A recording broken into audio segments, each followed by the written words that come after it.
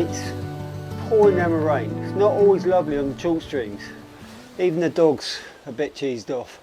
But obviously the rain up here doesn't make that much difference to the level. If it tips down for a week, the river may come up a couple of inches, but that's very unusual. Obviously the further downstream you go, the more serious it is.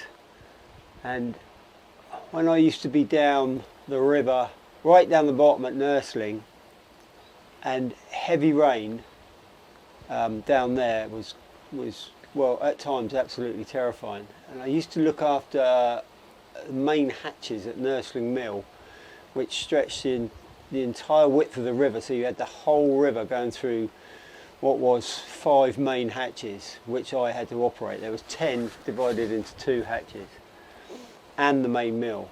And during times of flood, it was absolutely terrifying. And I spent many an hour all night in Nursling Mill operating the hatches. And terrifying for ghosts, terrifying for water, and mostly terrifying for, unfortunately, lots of dead things that used to come down the river and get stuck in the hatches or in the mill.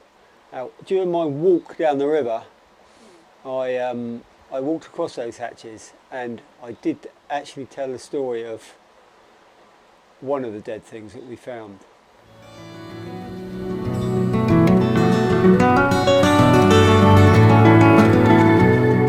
This is where I found this hatch here was block solid with a ginormous great big cow. And I couldn't get it out. It wasn't actually that funny at the time. So I phoned up DEFRA and asked for the dead cow department. And anyway, cut a very long story short, they sent a little man down, and he parked over in the car park there, and he came and he looked at and he went back, yeah, it was a dead cow. He got back to his car, he put on a boiler suit, he taped up some boots, he had gloves on, he put on a full face helmet, which was taped. He looked like a NASA scientist, a NASA spaceman. And I wondered what on earth he was going to do. And he came back to where Charlie was, and the cow was in there, and then he started his chainsaw.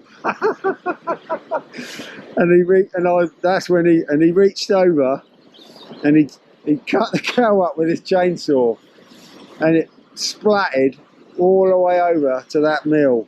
Pebble dashed the front of those windows, some of them. But needless to say, the cow, woof, it went, and the hatches were unblocked. And the guy took all scared off. That's what you call experience.